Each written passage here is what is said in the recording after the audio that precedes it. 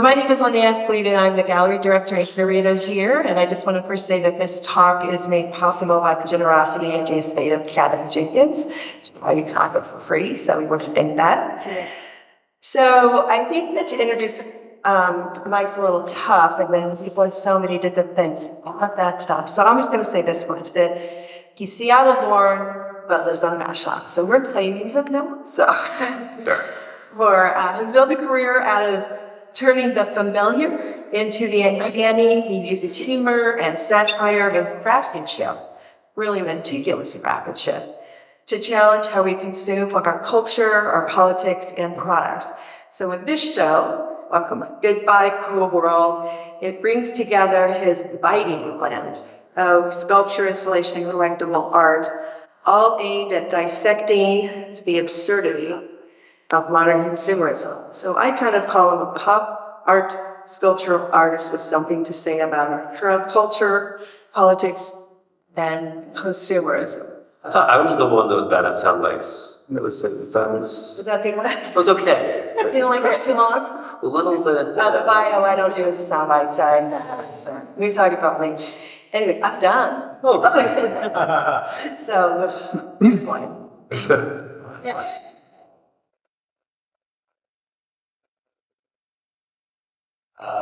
I'm truly grateful to be here. This is a rare opportunity. I also the father of a young child, so I know a lot of kids talk uninterrupted for 10 minutes at a time. And we live in a world where people don't spend much time listening to regular old people talk without a screen anymore. So thank you to all of you who are showing up. Many of you twice now. And thank you for the VCA for hosting this freedom. I am not going to spend the next 10 minutes up here at front explaining my work much, unfortunately. I am going to deliver you about a 10-minute piece that I've been working on for a long time about why it's so important that you are all here in this place and time in the world right now. And then we're going to have time for Q&A and questions about background and the process and how to go work, and any other questions you have after that. So, for this, I do regret that when I moved here 13 years ago, I moved Vashon's art student as a bunch of part-time hobbyists. I was working on sellout shows at one of New York City School's art galleries at the time. What I did love about Vashon was that it gave me space to work and think. I could take things apart, like the old TV babysitter, and the heroes that comforted a child of divorce. 2 full years before descending this gilded escalator, Trump was the evil overlord of my empire piece. I started trash talking to deconstructing the war, like the terrifying capital and consumer isms. I had a long run making work this way. I might smoking now just how fast I've been run. Artists do not have agency to establish a credit, residency, or I'm taxed at 15% if I make $10,000. I've been owed tons of money that was paid to creditors and landlords literally yearly before me. Do I have a union who lobbies on behalf of artists? How would I report a scam? There's been barely any research, oversight, or regulation that's ever covered even like these basic economics.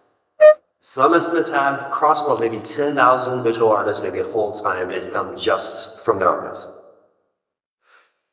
10,000 worldwide. That's 1 in a billion people. You have better odds winning the lottery. Satire, artistic license, and funding for the arts under attack. These historically terrible odds are getting worse every day. We need the work of every artist on the planet right now. So we have a choice. Goodbye or bad bye. Just to be clear, I am not talking about suicide. Here's my PSA for suicide prevention. Talk to someone, make that call, go in, make music and art about it, get it out. So, no, to honor the past and protect the future, I am not saying goodbye to this cruel world. I'm saying making a goodbye as a way to turn and lean into this cruel world. We're too interconnected. To the left, to the right, you, me, and everyone in between. We all feed fat pig together. But this isn't all bad or anything out this way. You have value. You do matters. In the old world, a few years ago, you were capitalized, watching clients against you. Now, we'll twiddle at every finger as what something is. Flinch of every synapse has its value. Present-day capitalism, you the consumer, don't just have power in your wallets. Your power to reclaim from this world on fire is in your mind. Besides social science and medicine, one other field of study disentangles mental health from media consumption. Teaches us self-control and media literacy. Since evolving beliefs that has peacefully integrated societies and seamlessly stitched our bodies to our minds and to surroundings, Tahitians and many Native Americans have become a word to name it, gets everything everywhere all at once. Heals during trauma and turmoil, joyful music confronts pain in all corners of Africa, Shakespeare's Heroes of Kings, it flourishes during boom times, Athens of Rome, and to great arts. There's means invest in it. Artists build culture. It's advanced by academics. Our studios transform neighborhoods and industrial lives. We will live anywhere. Work hard and give back to the community. Donate free work to fundraise for charity and humanitarian causes. A singular artist has the country of China distracted on one person. A street artist, Brandon Obama with hope. The world last united not COVID, cancer, or any other cause, but around a dance move.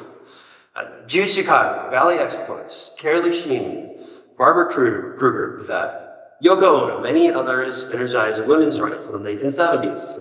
Woody Guthrie helped pave the way for the New Deal. French avant-garde artists inspired American ideals before there was an America. From the first cave paintings to an infant's first scribbles. Long before we talk or write, we are all artists. My ancestors built a church, still used today, 344 years later. And if I built another one today, it would look like this. It would have rituals, gatherings, tones, gods, icons, do-good service, a sense of purpose, the disenfranchised, and the disenchanted. You the people know. This place is different. You get it. I was wrong when I moved here. There's a reason our art center is at center.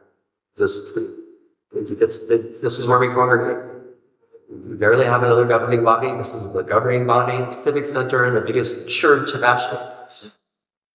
The arts are embedded to powers of one. I love that you're here. I really do. So, if you're feeling inspired, you go out to you.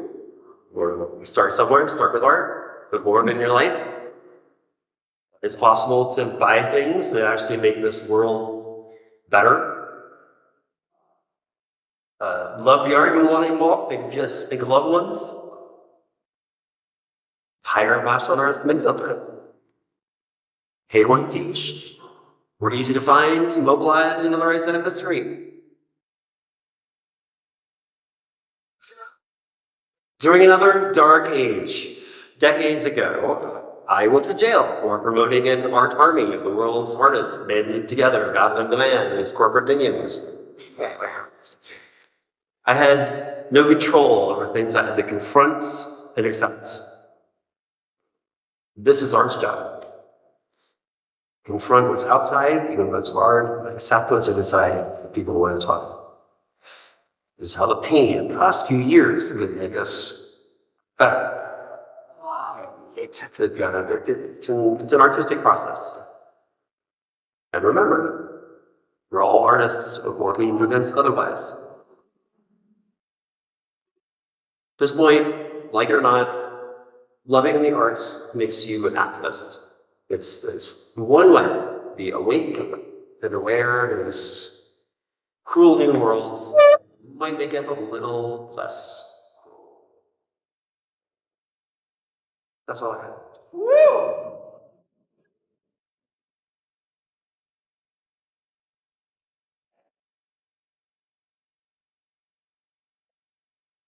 So open for Q&A, but I was gonna start it. Because I had this conversation with Dwight when we first came here, that this show is sort of anti-consumerism, but yet artists need to sell art and have people be consumers. So touched on it in your opening about buy good versus buy bad. So do you want to talk about how you juxtapose the idea that you're creating art? I know that in a perfect world, art could be funded and then the artists could be free to not have to be commercial, but that's not our world. I think that's the perfect way to start thinking about that. Is like this. It should be free. I mean, it should be. It shouldn't cost money, but then that would apply to a lot of things, right? I mean, we should be able to be bartering and farming and not having to spend money on the things that we have to spend money on, so just to live. I struggle with it mightily. I'm struggling with it right now. It's just harsh reality. I think as a very young artist, it's the very first thing that'll trip you up. And a lot of young artists get stuck, hung up on that very first, well, if I'm going to sell anything, I'm selling. Right there, that'll stop a lot of them in the tracks. Because as soon as you put a dollar amount, as soon as you collect a single dollar for it, it's ruined. It's true. I mean, it doesn't matter. It is the most pure self-expressionist painting that has a very personal message. And let's say someone believes it and wants it and loves it, but they're going to pay you $200 for it. For a lot of people, that whole thing was ruined right there, just because it was money involved. And I don't totally disagree with that. I mean, it sucks. Like, we shouldn't have to do that. But yet, here we are in this time and place in the world. We aren't living 10,000 years ago. We're here right now. So I don't really answer that question. I'm dancing around. So another question I just want to direct for people to know that this is his largest show, and the one reason that it's a large show, is a large collection that he's shown, is because of the various sub-collections that are within it. So I wanted to ask Mike to sort of take you through, because each of them were inspired or came in a different way. Started with the art army, and we've got the director's cut, clean cuts here, and then trash talk in there. So I think you want to walk through them and sort of say where they were inspired, or because you have a message in all of them. Yeah, I think the easiest way to do that is I would say there's 1, 2, 3, maybe 4 or 5 different series, and basically coming out of 4 or 5 different shows that I did effectively. Starting in 2013 would have been my Star Wars mashups. So Martin Luther King as Luke Skywalker in here, that statue, and then Obama as Lando Calrissian. That series was definitely about my childhood, but it also got me thinking very deeply about the toys that I was completely obsessed with as a kid. And why was I so obsessed with it? Yeah, you were there. Yeah. So Sean and I couldn't think about anything else, right? And it was great at the time. So it was a great time. Decades go by, and I think that's actually pretty cool. We were hooked by corporate products, convincing you guys, our parents, to get them for us. So there it is, right? The children are being marketed to at a very young age. And so by the time we're adults, it becomes not about we want toys now, or now we want the right politicians. We want, and it turns into now we're suckered into voting a certain way. So that was kind of that series, and now you can see where we're talking about the other series that was the through line there. After those were the film directors here. There was about 10 or maybe 12 more. I was trying to think of them as the most famous film directors that I can think of. But also combined with their work and the idea that I got fixated on kind of through other series that led into this was it's a work-life balance thing. And it gets really intense when you're at the top of your game, you're making movies with a $500 million budget, you've got a staff of 200 people, and you're an artist, you're an auteur, you're still trying to capture a creative vision, but it becomes a massive production, and then you're not sleeping at night, and your work is defining you, and you have a social life, and your marriage falls apart, and so this is what this is about, and then also the media perception, and you get famous for one thing, and that takes you over. Also the fact that a lot of the film directors, Catherine Bigelow made a good example, you don't know their faces necessarily. You don't know amazing behind the scenes. And I was inspired by that, the puppeteers behind the curtain, the Wizard of Oz thing, the Art Army figures kind of backwards. Those were the very first figures I made, not those two in that room, but that Art Army series was also inspired by that same idea of, people that are famous for their work, but we don't know who they are, or they're not famous for their faces, that kind of thing. So I got fixed on that. These three, yes, these are Art Army pieces that kind of carried through from that earlier part of that series. Again, you can see where taking that idea of your park taking over them even more, as far as they can possibly go, to where he's just a head left hanging on his painting, or a picture of his painting, and then I think, well, in the trash talking series, that actually takes up most of that room. Guns on the back, juice boxes, shoes. Most of those I started last year for another showing in Seattle that was kind of site-specific. There's an ecological story that went along with the little art gallery I was showing that in Seattle, Georgetown, that was actually a former gas station mini mart that had been converted to an art space. Just a really beautiful, long, dramatic story. And the artists fell in love with the site and do ecological cleanup and get, all kinds of fundraising and hard work. Those three guys were sitting there forking out dirt in the soil. Anyway, so that place had a very strong story that I wanted to use and be inspired by. And also inspired by these recycled material pieces. Also inspired by my father and his work. My dad, Harry Leavitt, works helped run the Mosardo Recycling Center for 30 years. Before and after, there was more time around that place. That's very formative time for me. He was big influence about me. And I spent a lot of time in those recycle bins. I made a lot of art from those recycle bins. So when I started working on those pieces, diving into the Chevron recycle bin was like old hat for me. I was like, this dead. You smell it. It was just easy, like, felt comfortable again. Like old moldy lot of beer still. Yeah, that's it. But those I got very intentional with. I started those cardboard shoes also a long time ago, not like trash talking necessarily, but using recycled material is one idea. Then I got very intentional for these pieces last year about what actual products I would what companies, the connecting those stories to the object and the depicting. So the guns all have a very specific story to them. That to me is, I could take many more cases like that, but just top upper level thought there is how much waste there is.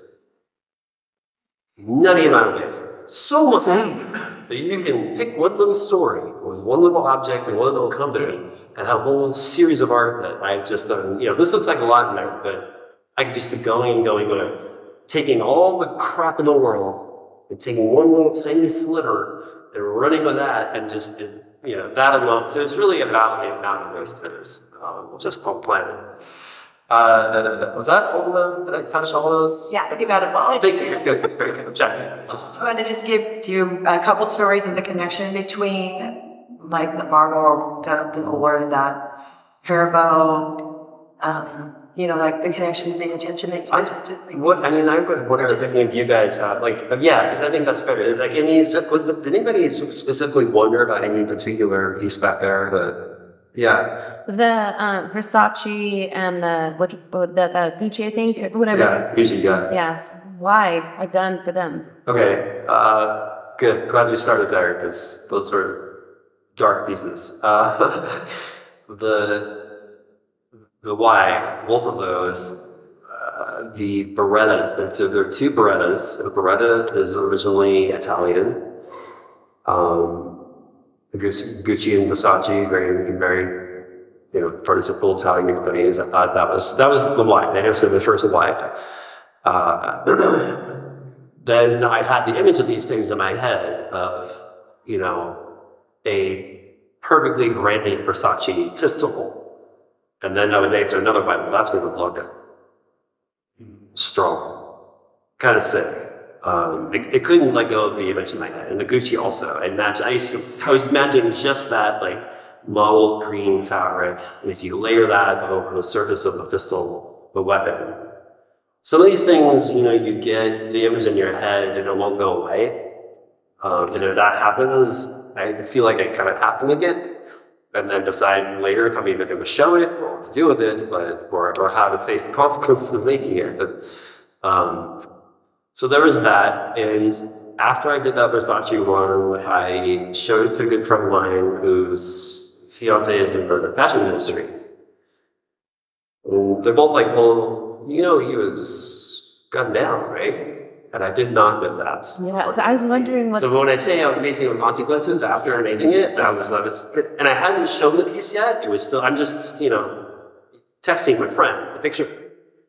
Because all I knew is I finished it, and I took a picture of it, and I was like, this scares me for some reason. It looks like a real thing, and it terrifies me. It happens very rarely with me when I make something, and I don't even like this. I don't even want, but I made it. Sometimes you feel like there's a larger responsibility, and I tap into something else that's outside of me, and I just want to take care of that. So then I was, now I'm informed of the mistakes I've been making in research, right? And then it's up to me, do I decide to just keep going, right? And then we had a little discussion, this is a good friend, and there's three of us who are talking about it, and they're like, well, why not? I'm like, well, yeah, why not? No one gave me an answer to not. There you go. Any other pieces that, in particular, anybody was worried about back there, since we're making those connections to those stories? There was one that was brought up before, was the gun in Obama's Stanton. Yeah. Okay, so why am I making depictions of weapons used in mass shootings? Well, that's yeah. Why? What's the dud of that? Me. Why not? I mean, yeah. Do I want to do this? No. I feel called to do it. I feel like somebody's got to do something. Okay, right. So I'm not in Washington, D.C. I'm not a lawyer. I can't lobby. I'm not a rich person to be funding lobbyists that should be doing this work, right? I'm way out here. I'm with you here now, but I don't, what else can I do as an activist, as a citizen, as a voter? I can do all these things. I can vote. I can raise whatever money I can. I can raise public awareness. So I can do some things as a regular person. But as an artist, I have a whole other skill set, but I'm trying to figure out how to use it. So that Obama piece, I did in 2013. I was very inspired by it. In 2007, I was leading up to that election, and all the way through that election night, 2008 was my birthday, 31st birthday, so probably the best day of my life. We had a great time. That was a good moment, and that kind of carried through for a few years. We had a nice little run. To 2013, when I made that, it was the Newtown, Connecticut school shooting. And it was an elementary school. It was out of Atlanta. Autistic, maybe, on spectrum, was he? I don't know. So he had actually, his mom had the guns, and he went in the school and shot the kids, and then went home and shot her and then himself or something. It's so long ago, and so many more happened since then, that it's hard to even remember the story, which is right there sad. So I just remember being inspired by Barack Obama, and then him having moments at that shooting. Like I don't know if you guys remember this, but he was very visibly moved, and rarely moved that way when that school shooting happened. I think Malia and Sasha were around, school age at the time, so I think that's probably why I really got to him. But for other reasons about him. So that weapon that he's carrying in that piece is a replica of the automatic rifle that I don't know to do this in Town school shooting. Any other questions, light topics? Well, we could move to, because I've been asked this, we'll see how you make it. Is there like did you make it? Is it a 3D print? Is it wood? Is it whatever? So we're going to just talk about your sculptures and the process with the sculptures. Yeah, there's a lot of different, there's a variety. I guess, I think it's good to start at the fact that I feel like I'm a woodcarver at heart. Kind of runs deep in the family. Grandma was a woodcarver, was a furniture maker, Norwegian furniture maker. I think kind of starts there. And great grandpa, furniture maker, woodworker. I think that would probably be some of the earliest memories was working with grandpa and here's the table saw. So we're gonna use it. Letting me mess around the blocks of wood. I think that's a big one. So these three pieces right here are mostly wood. His head is all female with sculpting, just kids clay, cured in a regular oven. These guys, their bodies, like 80% of these pieces are all wood, and then little tiny faces, hands, gun here, those are female sculpting that I press on the wood. So I pretty much carve out, 80% of it in wood first. So all I'm making sculpt clay out of the armatures. There's metal wires and hooks and stuff buried and hidden inside. He's got a big styrofoam, hollow head cavity. So I'm like pressing the clay onto that. It's kind of like a big balloon, I guess. And then all that with the wood, full assembly goes into the oven altogether. And it effectively kiln dries the wood. which is kind of a benefit for any wood marketer knows. It's kind of, you want the wood to dry out as fast as possible. You want to see if cracks are going to open up and it's going to torque. Wood has this life of its own. It's, it extends beyond that being part of it. And you want to see how it's going to change over the next 30 to 50 years if you want it to last. So when I throw it all in an oven at 265, it's not too hot to burn, but it really dries out the wood. And so then it's great. So those cracks bust open, I fill those, and like just paint it all.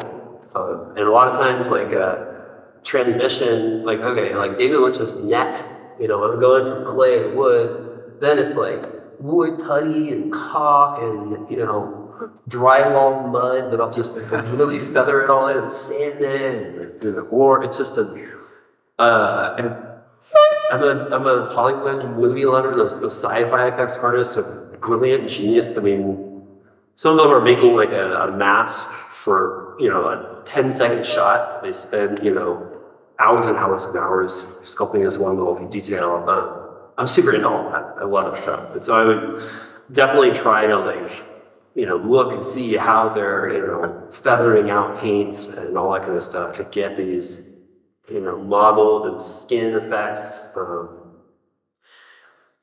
So shoes are all cardboard. All those juice boxes, all the recycled material is just straight out of the Chevron recycling. Cardboard.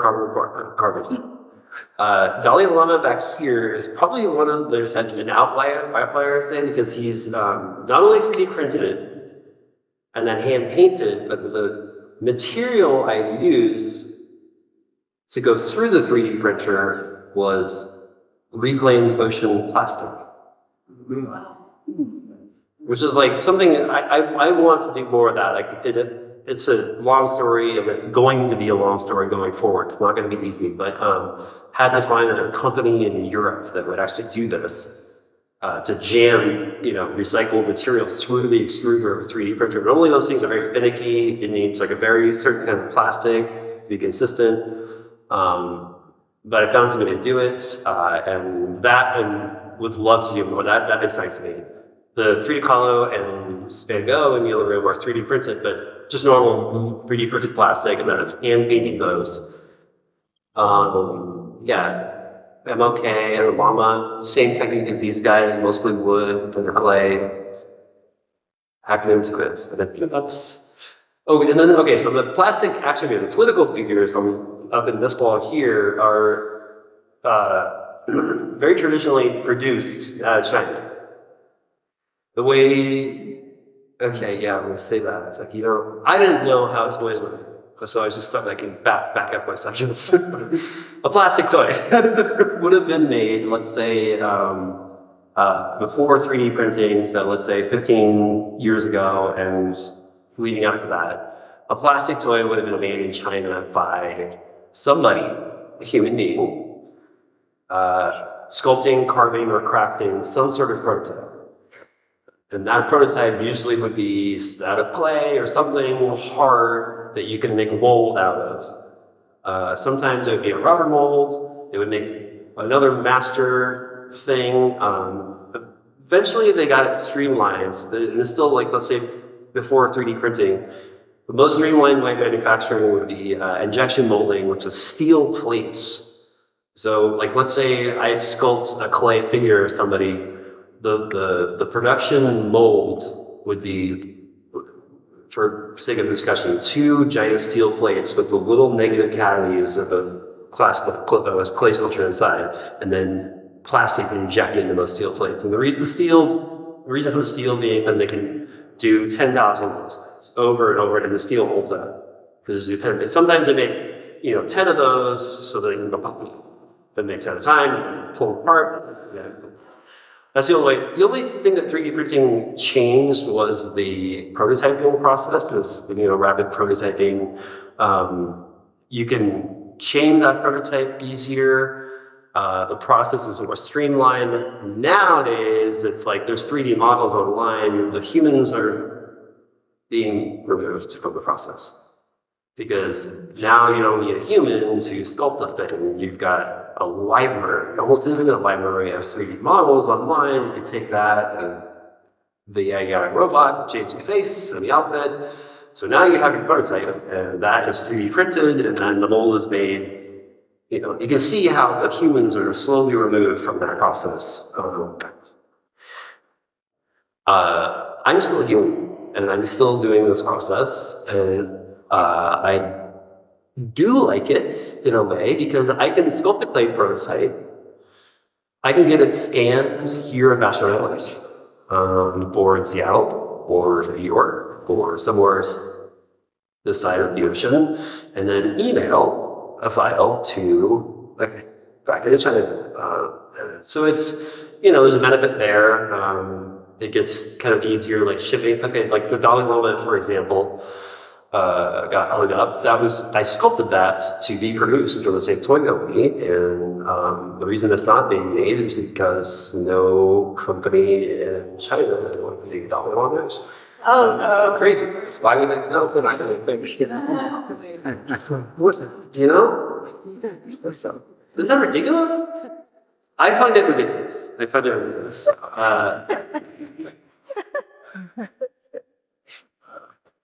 Do you have a question? I have one last that I'm going to certainly y'all have, because I want you to talk about, you all talk about the action figures to tell about who has your action figure has actually seen. Oh yeah, that's good. Okay, so you asked me this the other night, and I got Just said comma. Yeah, but on the wall here is, okay, I'll start with the ones that are here. There's 9 different action figures here in the gallery that, the reason there's these 9 here is because these are the ones that we can still buy somewhere. I've sculpted about 30 or 40 different prototypes for that toy company, and about 20 of them in production, and these 9 are left still working. So you can see how it gets whittled. This is another business thing. Like you can see how the artist gets shafted in the process. I've done a lot of work that is, I've got paid for, but also not paid for, and that's how to use and not used. So of the 20 that went to market, there's probably about 5 or 6 where the actual people that I was sculpting got to see it in their hands. Elizabeth Warren, who is not here, got to see it. She said she loved it, as we would all imagine. That's totally goes on brand with her. Kamala did get to see hers. She was super stoked. She was smiley as can be. We have a whole set of pictures. Like somebody, either the toy company or some sort of Democratic activist or donor had brought her own figure at some events back in 2020 during her first campaign. And you can see, like, there was a bunch of people, somebody took a bunch of pictures we could see in the process. It was not video, it was just stills. Like, the first one, she was like, and the second one, she's like, and she's taking multiple pictures. It's just very surprised. And then Bernie Sanders was a good one because they're all on brand. Bernie was very broken. He was caught.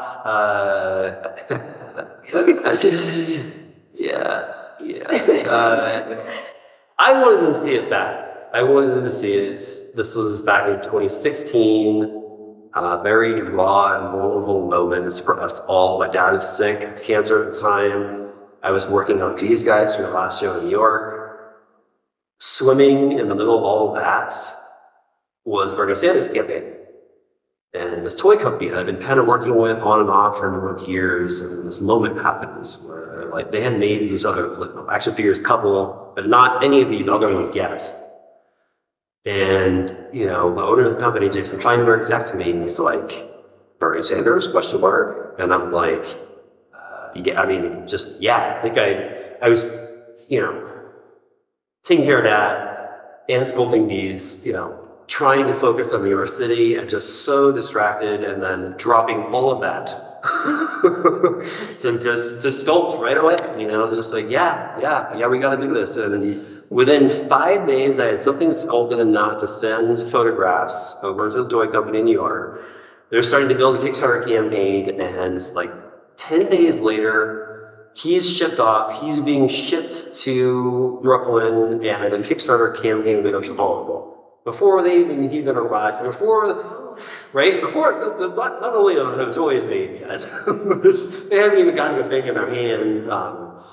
And that went off really well. The Kickstarter campaign launched all the rest of those figures. And in the middle of that, somebody, Jason himself, the owner of the company, which was a cool move on him from Smarts, not like this. He took it upon himself. He's like, we're going to go find Bernie. They're all in Brooklyn. Their office was literally around the corner at the, I think, ground floor of Bernie's like main campaign office at the time. So they knew the staffers, and so they're starting to coordinate, like, when do we get Bernie, to see this thing? They're like, well, he's going to be on the Today Show tomorrow. And Jason's like, well, I know where that's filmed. I mean, it's not hard to find. So the getting the building was a little bit harder, but they got in, and now you got to imagine Bernie Sanders at 6:30 in the morning. Before he goes on, that's when it was handed to him. And we have video footage, which is just fantastic, because he's just like, yeah, that's nice. And then he's like, that's it was great. You're like, yes, perfect. So he got to see it. My favorite was definitely RBG. I would say mostly because she sold, that RBG action figure has sold as many, I would say about as many as all the other ones got. By far the best. And half of those sales were before she passed, and then another half she's just that awesome. And she got to see it before she passed. It was, there's actually, I think, within a year before she passed, another handler, somebody that brought her a figure. And again, I don't have video, but it's a series of different stills. And you can see the same similar kind of thing. You see her reaction, you see it going over the hands, and she's just like, you can tell she's smiling, she's happy, but she's kind of like, what is it? What? And in disbelief, like, how is this made? And then, yeah, but she's very happy, very smiley, it's very warm. I think it takes a certain kind of public figure or celebrity to acknowledge that and to handle that well, and not be like weird and awkward, and like, well, I'm gonna sue the person who made this, if there's that, or like, why didn't you see it? I don't know about her. I'm sure she's seen it. There's probably, I'm sure I'll bet you people who have probably seen it too. We just don't, personally, I don't have their actual reaction to it. So. Does anybody have any questions, guys, for John? This is a related question. Have any of the directors you've sculpted seen your portrayals of them? Yeah. Okay. It's good. This is good. Yeah. Yes. It's two good stories there.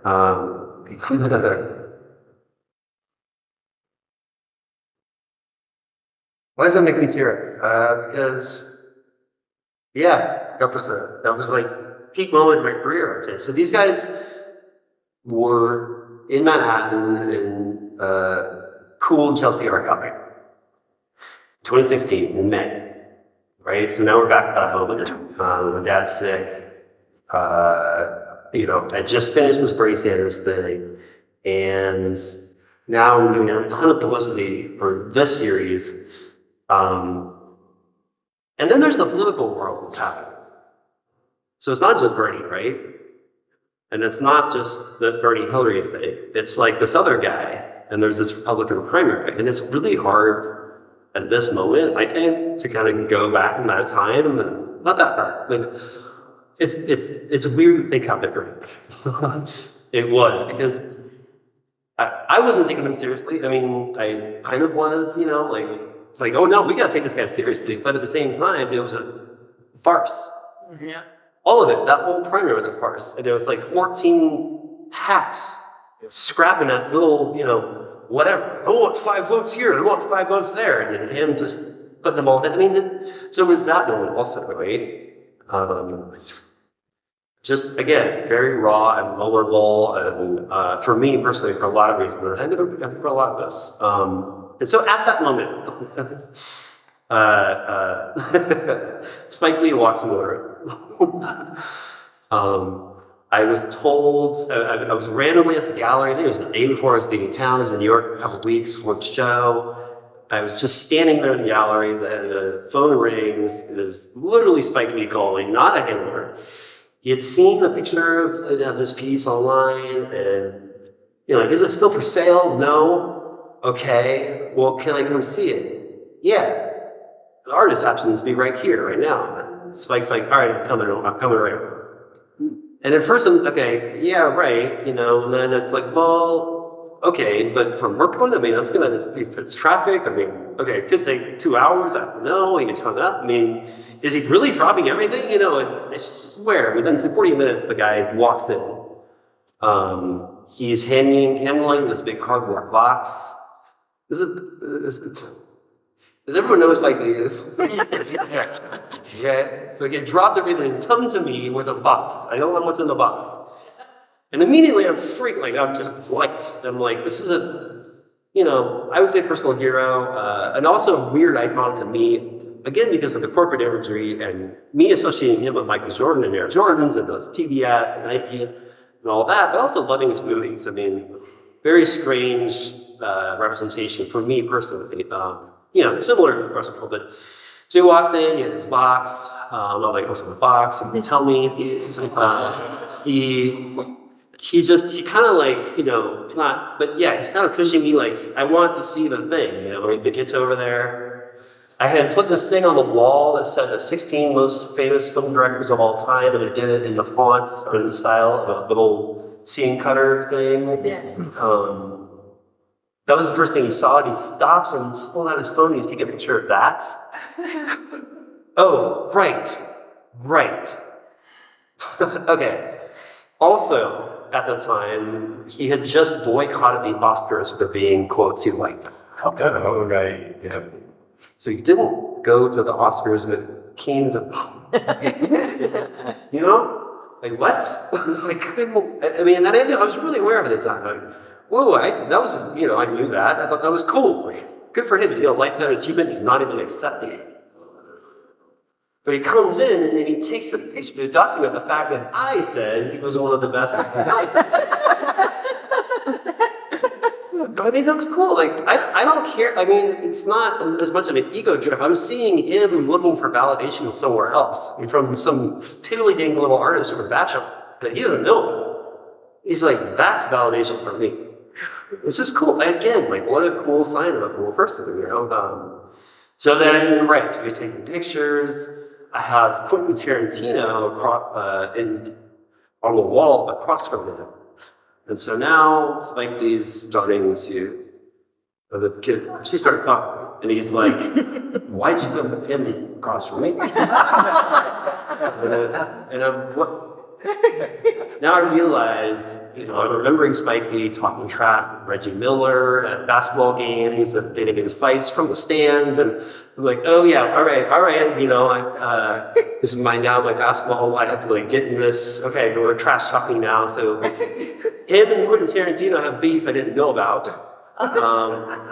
Why I didn't get into, but I'm having to be informed by Spike Lee that he doesn't like Quentin Tarantino, but they don't like each other, whatever, and like, sorry, I didn't know, and he's like, yeah, right, and so, but he wants pictures, he makes me stand with him, and then he starts correcting me, like, no, you're not standing close enough, and, oh, right, you're a film director, like, what the photos look good, how they look good, and all that, yeah, and then we get to the box, right? Like, the box is still sitting there. Like, what was in that box?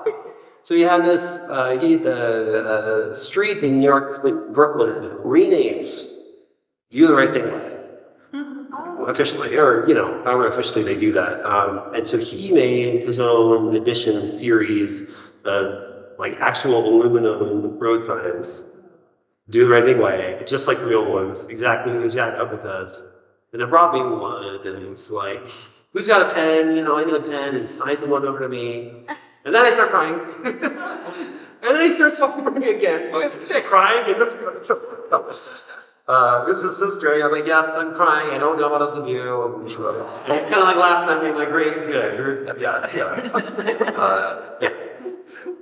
So Quentin Tarantino did also see that a few months later, he also won the Vice case, which I thought was good. That went through the headquarters and email, and not nearly as fun, but really validating still. That I had literally made him completely torn apart. like his movies. I was thinking he was in a Kill Bill outfit. I was seeing that scene where there's 200 people that are maimed, you know, in the karate scene, and so he's nothing but like barely standing there, his skeleton, and he's just all bloody, and you know, like you love it. Okay, great. Yeah, those two. I don't know about any of those others, but that was the real Mundo. I was trucking back outside of that all over New York City and brought on the plane. I need to wrap it up. It's still sitting on our fireplace.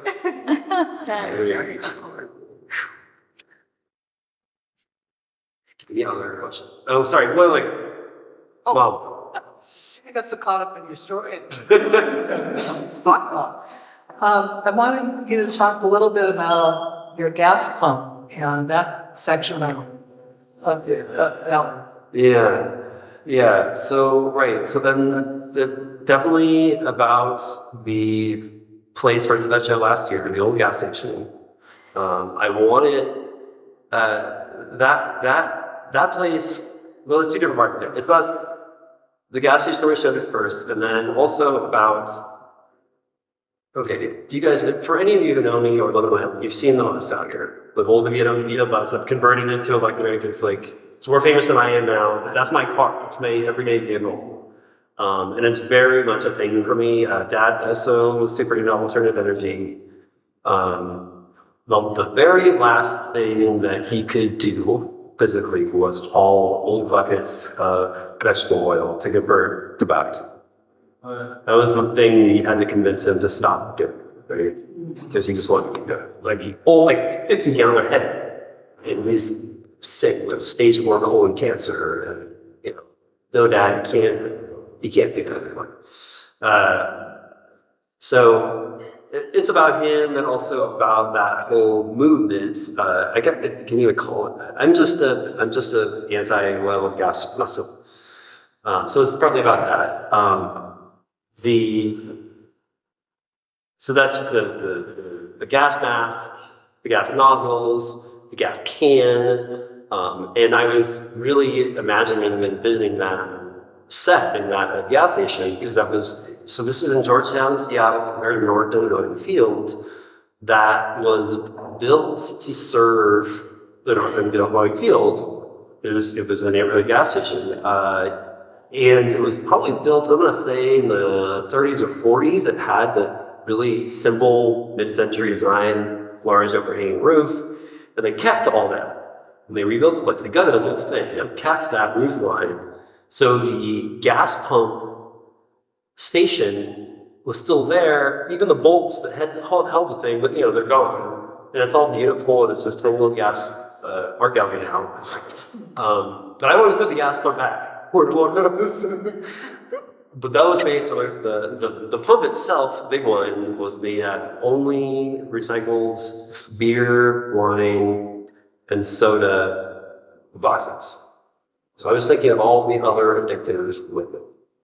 There's sugar, alcohol, just ounces and ounces and gallons.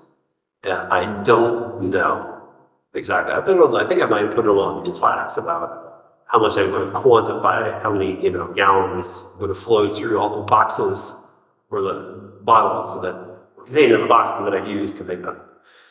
That was the idea. It wasn't just pumping gas, but it was all the other ideas.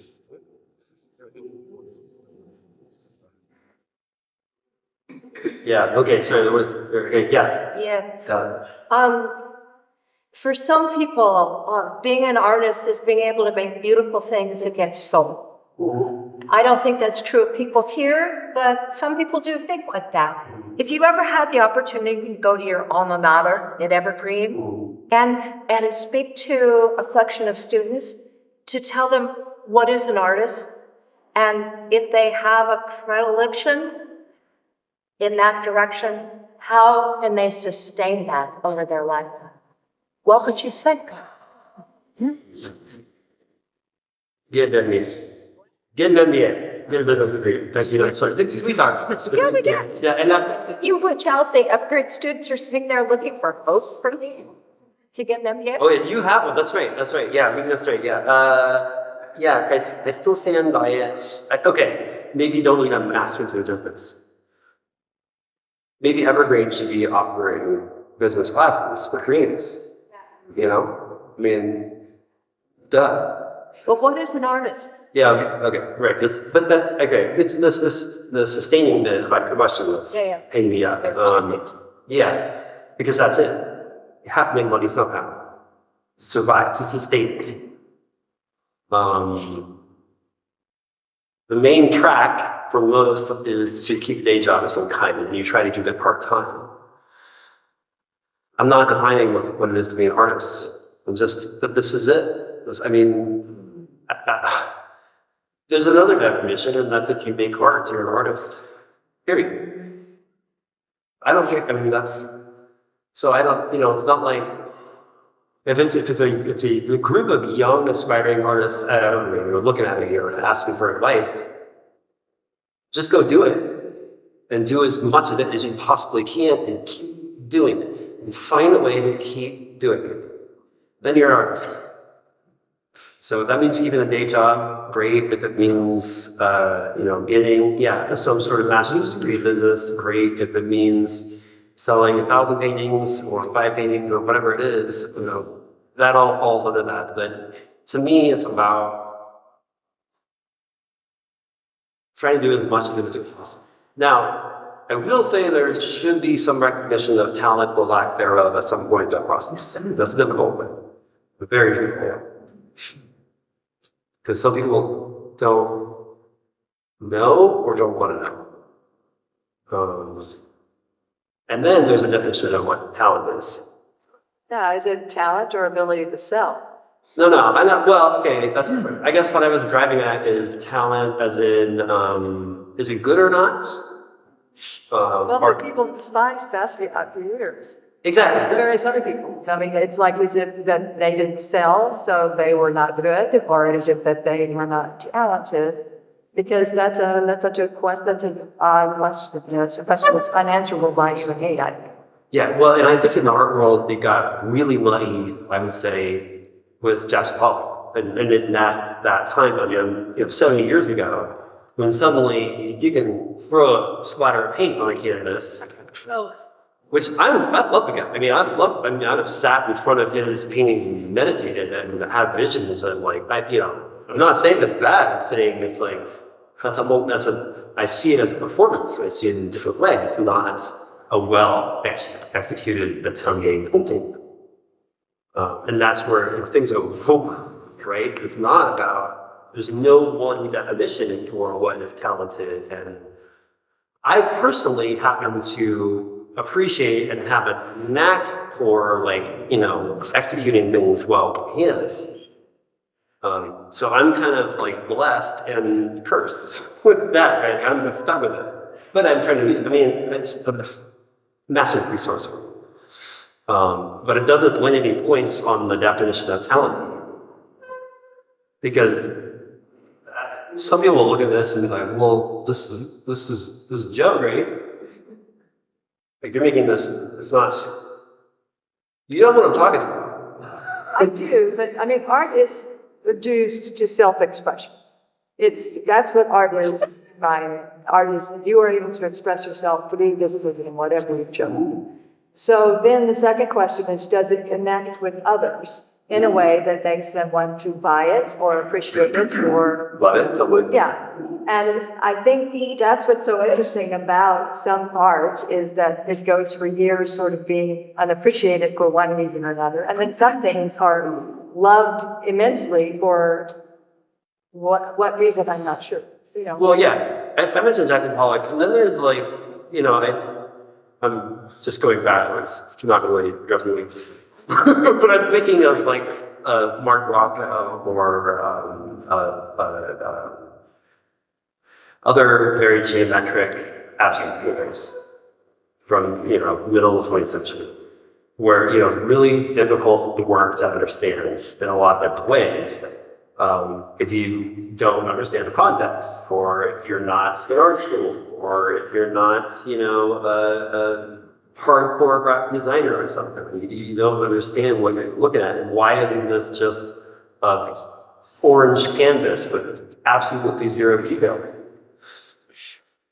It took me a long time, honestly, and I'm an artist. I mean, like, but then, now I can see something in there that I would say in one way is completely devoid of talent and devoid of technical skill in some ways, but then also appreciated very deeply from a totally different angle. Okay, actually the experience of like being in front of, it's not just orange canvas. It happens to be in reality. This thing is like 10 feet tall and 9 feet wide. And there's a scale thing that's involved when you put your physical body in relation to it. And then, okay, now I'm seeing like, this is actually kind of like a landscape, or it's kind of, there's some depth to it. There's other things happening. But again, there's still a lot of muddy water there. A lot. It is like, that was a long time ago. Rothko and Pollock and all these, that was a long time ago. There's still just as a unclear maybe not definition, but even interface for how they even understand different kinds of art. And maybe not even what is good or bad, or will sell or not, or whatever, but do I even like it or not? I mean, do I appreciate this in any way? I mean, it's gotten very much kind of outward and flat. Yeah. Ellen. Good question. What are your thoughts on the $1 million banana? In relation to all these things. Maurizio Catalano. What was that? Maurizio Catalano. Yeah. Okay, so for anybody that doesn't know, Maurizio Catalano has been around for a while. It was about 5 years ago, maybe pre-pandemic, or during the pandemic, or after, I don't know. Yeah, maybe right after. He was at an art fair or something, some kind of big event. It wasn't just for him, maybe. I don't know the context, but his display, his art piece, he's done very, finger needling, kind of like funny, thumb in your face doing work. At one point, his art piece was duct taping a real banana to a canvas. Done. Excellent. Media. Right. Yeah. Good. See, that's to me what's interesting about a guy like that. I don't know if I love it or not, but that's a guy who's at the top of the art game. I think he sold the piece for $1 million, or $500,000, something like that, and decides to just turn around and be like, great, good on him. I mean, I appreciate that. I mean, he could be doing all kinds of different things, but he decides to kind of just kick it all away, and good for him. I mean, beautiful. He's got a sense of humor. I can appreciate that. My first reaction when I saw it was like, that's wonderful. That's awful.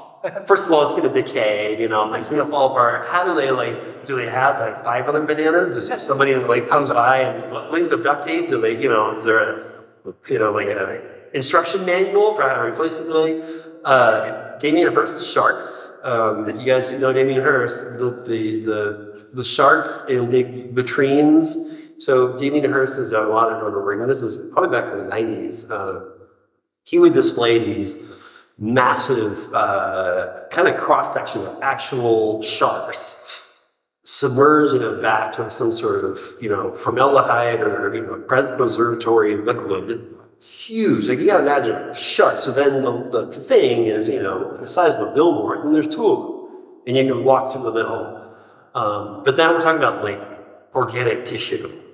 And then we're talking about the fact that he sells, it's like a $10 million piece or something, and then somebody buys it and then puts it somewhere at a house like that, and big enough for the living room. I don't know.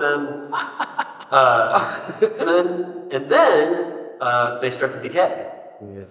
Right? And so now he has to replace with another shark. You have this lined up, multiple sharks, and then refilling the formaldehyde, weird.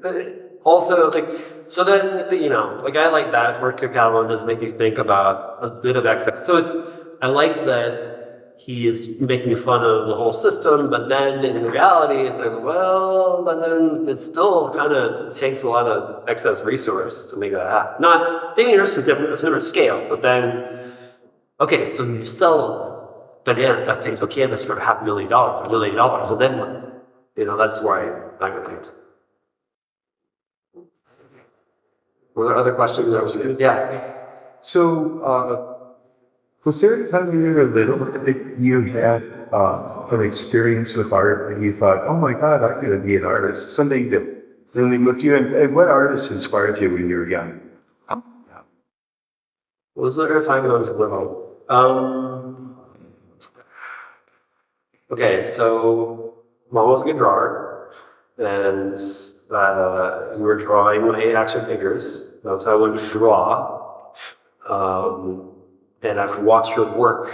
So that was one appreciation for that, right? So I would see her hands made on page, the pencil, and think, maybe I can do that. That wasn't yeah, it wasn't like a big, like, oh, I can do better. It was just kind of like, okay. I would watch it really closely, like, okay, I think I maybe can figure that out. There's that, you know. But that was when I was like my dogs. I mean, it was very just kind of like, okay, all right. But it was, it wasn't until like I even went through middle school. I was in a very artsy middle school in Seattle. We had great ceramic studio, great art teachers. I wasn't that serious back then, but I was surrounded by it. And then it wasn't until really I got to public high school in Seattle, which was not the first place you would imagine for, you know, an art department to be, but they had a full ceramic studio, new kilns, new ceramic wheels, brand new airbrush studio with like good ventilation, like, you know, it was just kind of like a high school kid's dream. And I was like, all right, I guess I better, you know, do a bunch of work here. And then it became, it's fun. I mean, you're asking if there's a moment. It wasn't really. It was like between freshman year and senior year of high school, it became a ball because what happened was that I liked being in those rooms more than the master. And I liked being in those rooms more than English because I was not a good reader and I was okay at that. Those were all hard. Doing art was that I could do it really well. You know, just kind of like it fell into play. It wasn't like, yes, I'm gonna do this. It's kind of like I wanted to be there first thing in the morning before that. You know, and I wanted to like that's how I was gonna clear my head. This was my safe space. And no one was judging me, but I wasn't failing. Not I was failing in class, but you know, like it was succeeding. You know, and it was building me up and taking care of me. It's like a, you know, just felt really good. Like, just put my hands in clay, and I was thinking, I'm like, I mean, that's you know. So there was that, and then the other artists, yeah, Warhol was a big one early on. I kind of understood him in a funny kind of way, really young, because you know, I would read about him and read his sound bites. Yeah, this is early mid '90s. It's fun. He is funny. Yeah, and he would like, you know, and he was brilliant. yeah. Well, but he would speak simply, you know, like, yeah, my work's flat. Tell about it. You know, just like, okay, all right, you get that. Sergeant has an emotional impact. Well, right, and then yeah, See it as the neck and it's there. yeah, but he's tapping in sort of like, to me, celebrity culture and how like that's kind of a soulless world of just people eating each other apart for celebrity. But then I felt a sense of, you know, like emotion behind it too. So that was a big one early on. Just, you know, like I was kind of like oddly studying old masters too. Like I could understand those old paintings. I'd seen enough art growing up that I didn't understand it. That when I looked at like Caravaggio or Michelangelo, I'm like, well, this is figurative work. These guys are doing something. I can see that, you know, I can understand that kind of work. So that helps too, in a weird way. Yeah, it's the best thing I There you go. I think we're going to go ahead and wrap it up. Yeah. And you're not running away now, so still talk with you. I just want to actually end with double backing to his artist statement, because it's really a call to action to do art. And he and I had a conversation. I was telling him how Jane Fonda has now put out a video. There's this study that going to art classes adds 7.5 years to your life. And then I just, someone forwarded me, The Guardian talked about all the mental health benefits of doing art. And as far as going to classes, it talks about both opening your mind, but also building community, which is what we do here. And as far as your health, mental health and processing and all the things, Mike has lots of thoughts and feelings, and that's how he expresses those. I'm not sure what would happen if he didn't have that. Because of all the things. So I want to thank you all for coming today. And like I said, Mike's going to stick around. And I think that's it. Thank you so much, Mike.